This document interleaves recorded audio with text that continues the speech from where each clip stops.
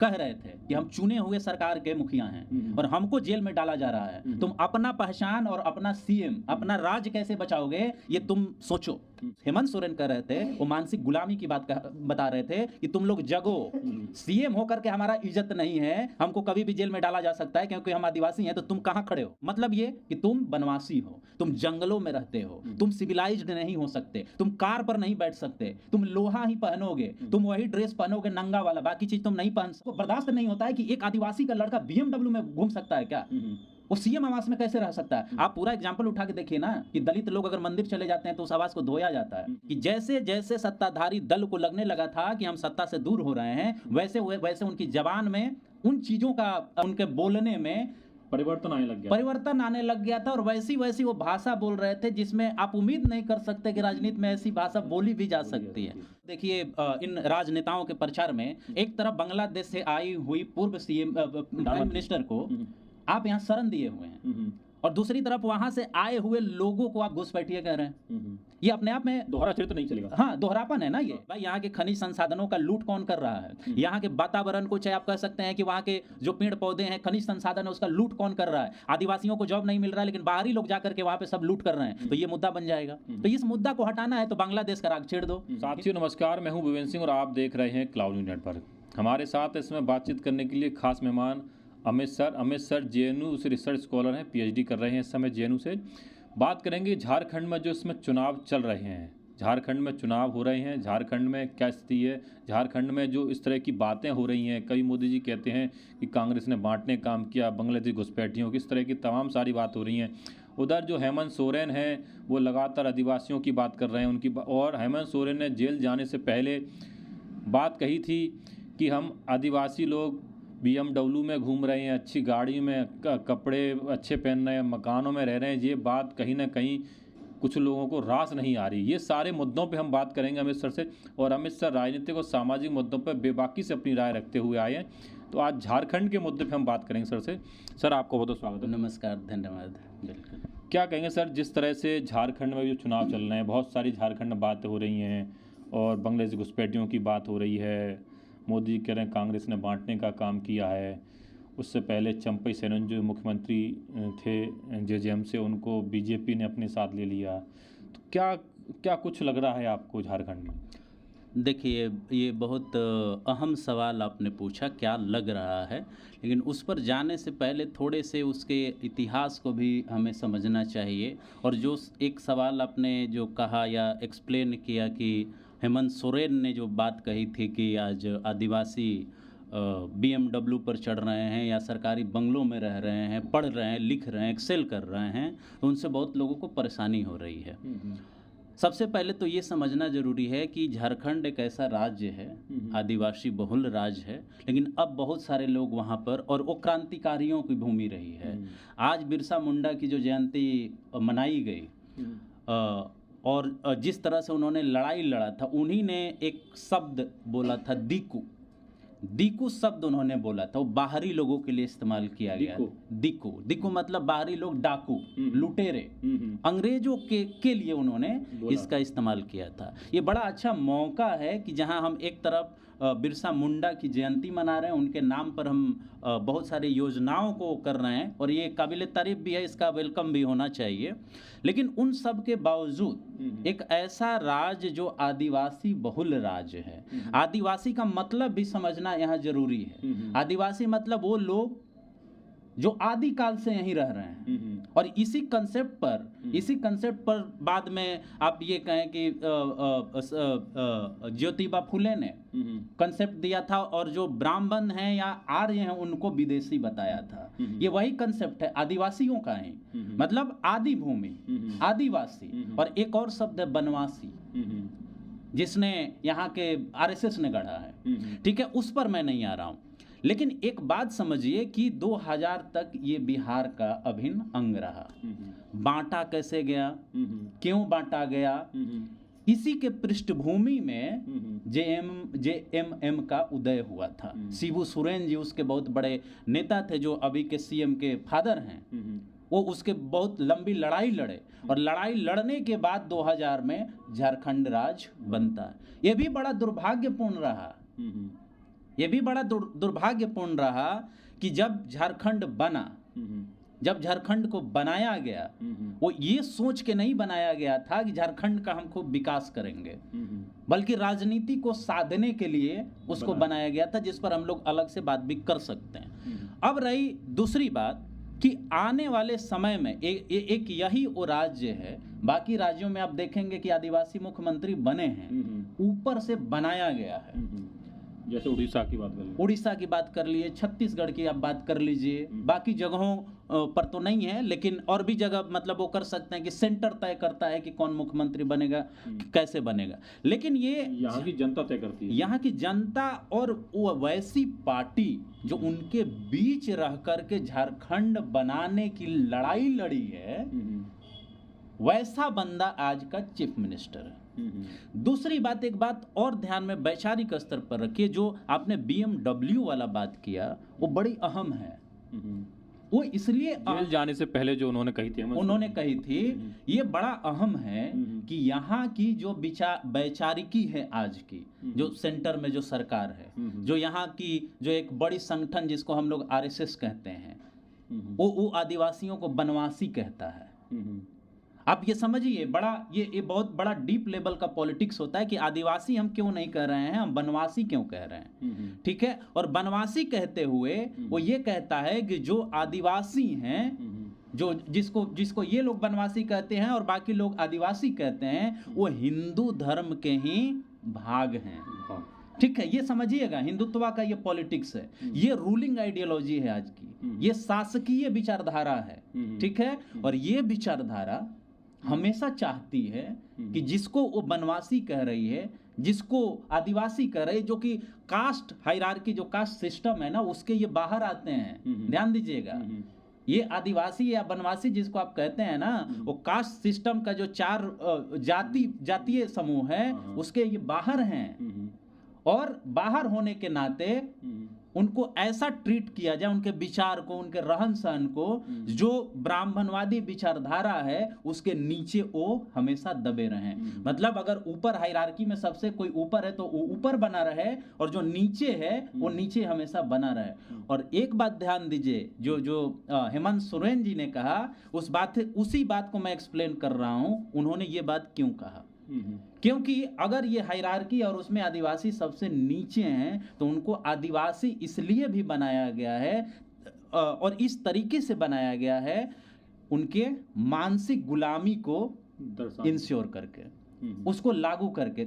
मतलब ये कि तुम बनवासी हो, तुम जंगलों में रहते हो, तुम सिविलाइज्ड नहीं हो सकते, तुम कार पर नहीं बैठ सकते, तुम लोहा ही पहनोगे, तुम वही ड्रेस पहनोगे नंगा वाला, बाकी चीज तुम नहीं पहन सकते, तुम हमारे बराबर नहीं हो सकते। और जैसे ही वो होने की कोशिश करता है, चुभने ही नहीं लगती है पूरी आपकी। आप कहिए कि इस भारत की जो वैचारिकी है, जो ब्राह्मणवादी विचारधारा है, उसको बर्दाश्त नहीं होता है। उसको बर्दाश्त नहीं होता है कि एक आदिवासी का लड़का BMW में घूम सकता है क्या, वो CM आवास में कैसे रह सकता है। आप पूरा एग्जाम्पल उठा के देखिए ना, कि दलित लोग अगर मंदिर चले जाते हैं तो उस आवास को धोया जाता है। मायावती जब CM पद से हटी थी तो वहां के CM आवास को धोया गया था, याद है सब ना।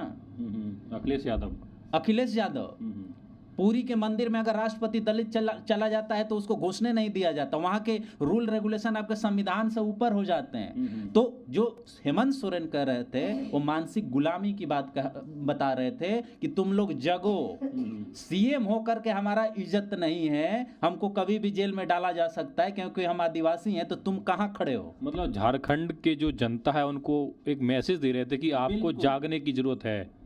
एक मतलब CM हो के मेरे साथ ऐसा हो रहा तो आपकी क्या है, मतलब उनको झारखंड जनता को मैसेज देने का प्रयास, बिल्कुल मैसेज देने का प्रयास कर रहे थे और कह रहे थे कि हम चुने हुए सरकार के मुखिया हैं और हमको जेल में डाला जा रहा है। तुम अपना पहचान और अपना CM, अपना राज्य कैसे बचाओगे, ये तुम सोचो।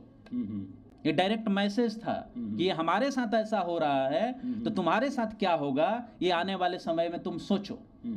ये डायरेक्ट मैसेजिंग था, पॉलिटिकल मैसेजिंग था। और हमें लगता है कि जिस तरह का भी चुनाव चल रहा है उसमें इस बात को वहाँ की जनता समझ रही है।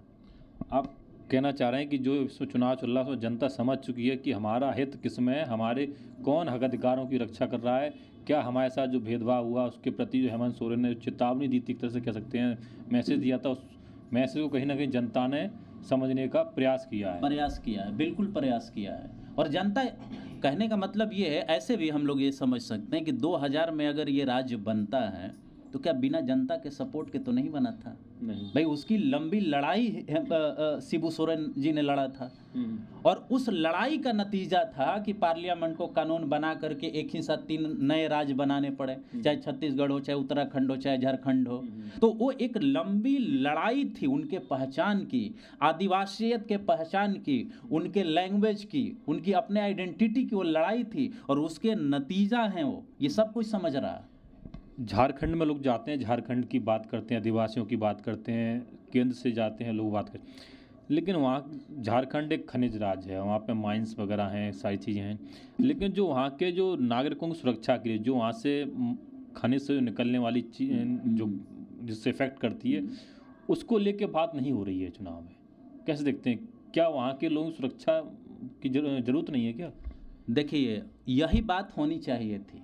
इस इंडियन पॉलिटिक्स की यही सबसे बड़ी संकट है कि जहां स्वास्थ्य, रोजगार, शिक्षा की बात होनी चाहिए, वहां पे हिंदू मुसलमान की बात हो रही है, वहां पे हिंदू आदिवासी की बात हो रही है, वहां पे वैसी बातें हो रही, घुसपैठियों की बात हो रही है, जबकि बात कुछ और होना चाहिए था।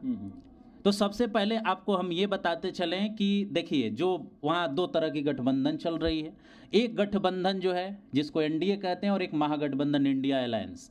एक बात तो इतना तय है, जो पैटर्न बता रहा है, बाकी रिपोर्ट्स बता रहे हैं कि जो एनडीए है वो काफ़ी हद तक उनको सपोर्ट करती है और कर रही है, जो बहुत बड़ा आप कह सकते हैं पूंजीपति वर्ग है, बड़ी बड़ी कंपनियां हैं, और उनका फुल सपोर्ट इनके पीछे है वहां। और एक बात ध्यान रखिए कि जैसे ही ये मुद्दा बनेगा कि जल, जंगल, जमीन, तो आदिवासी आपको वोट नहीं करेंगे, तो इसलिए उस मुद्दे को ही क्या करो, भटका दो। बात करो घुसपैठिए की, बात करो हिंदुत्व की, बात करो जानबूझ के उस मुद्दे को, जानबूझ के।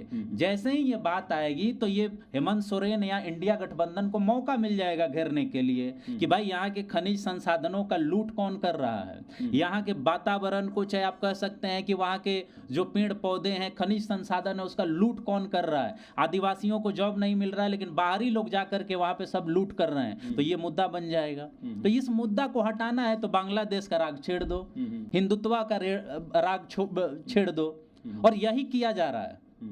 अब कहने का मतलब ये है कि जो एनडीए है, तो एनडीए भाई सत्ता में है, तो जो ये मुद्दा फेंकेगा उसमें हेमंत सोरेन को उलझना है, क्योंकि एजेंडा यहां से सेट हो रहा है। सेंटर में जिसके पास सबसे ज्यादा पावर है, उसके पास एजेंडा सेट करने की शक्ति होती है, और उसी एजेंडा का वो रिप्लाई कर रहे हैं। जबकि आइडियली अगर राजनीति में देखें, वहाँ की अगर लोगों की चिंता होती इन लोगों को, तो वहाँ स्वास्थ्य, शिक्षा, रोजगार, जर, जंगल, जमीन की बात होनी चाहिए थी। वो हो नहीं रही। ये बार बार घुसपैठियों की, उसमें एक बात आप ध्यान रखिए कि यहाँ की जो पॉलिटिक्स है, जो सत्ताधारी दल है, उसकी ये विचारधारा है।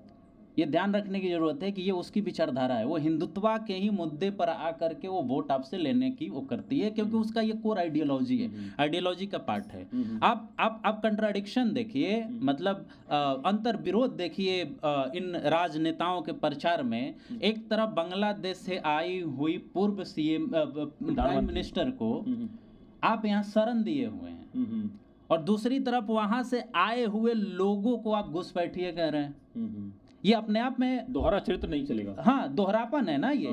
कहने का मतलब, इसको कुछ लोग कह देंगे कि वो तो फॉरेन अफेयर का मामला है, लेकिन एक बात ध्यान में रखिए कि आप पिछले 18वीं लोकसभा में भी देखे होंगे कि जैसे जैसे सत्ताधारी दल को लगने लगा था कि हम सत्ता से दूर हो रहे हैं, वैसे वैसे उनकी जबान में वो देख सकते थे, मतलब उनके बोलने में परिवर्तन आने लग गया था, और वैसी वो भाषा बोल रहे थे जिसमें आप उम्मीद नहीं कर सकते कि राजनीति में ऐसी भाषा बोली भी जा सकती है।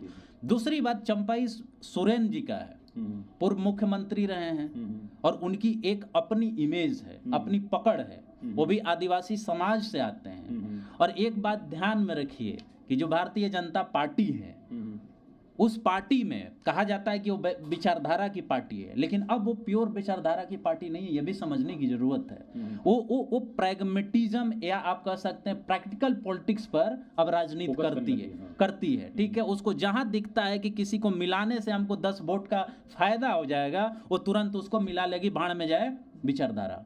जैसे महाराष्ट्र वगैरह में, बाकी जगहों पर आप देखिएगा, कहा जाता है कि भाजपा का कांग्रेसीकरण हो गया है।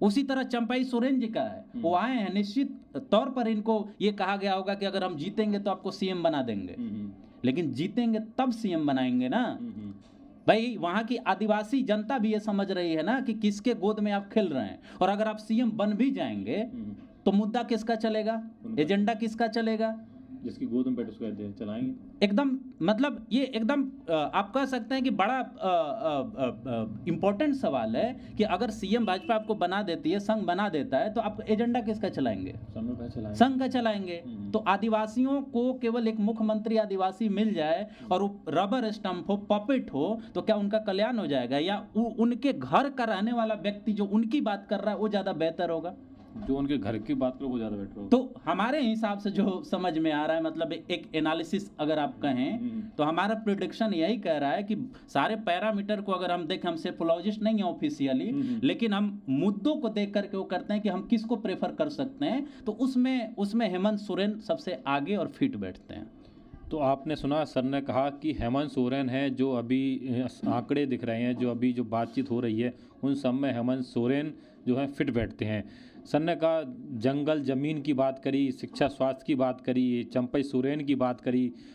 कहीं ना कहीं वहाँ की जनता समझ चुकी है कि हेमंत सोरेन जी जो हैं वो उनकी नज़रों में ठीक हैं। और जो उन्होंने विधानसभा में भाषण दिया था, बोला था, कहा था कि एक मैं चुना हुआ मुख्यमंत्री, जब मैं अच्छे कपड़े पहनता हूँ, सरकारी बंगले में रहता हूँ, BMW चलता हूँ, ये इन लोगों को अच्छा नहीं लग रहा है। और चंपई सोरेन की एक अपनी अलग इमेज है, लेकिन वहाँ की जनता जानती है कि चंपई सोरेन किसके साथ हैं, किसकी गोद में बैठे हैं और क्या कह रहे हैं और किन के इशारे पे कह रहे हैं। इसलिए वहाँ का जो अभी तक के जो आंकड़े हैं, समीकरण है, जो एनालिस्ट जो निकल के आ रहा है, उसमें हेमंत सोरेन सबसे आगे निकलते हुए नजर आ रहे हैं। आप लोगों की क्या राय इस वीडियो को लेकर, आप मेरा हमें कमेंट बॉक्स में जो बताइएगा।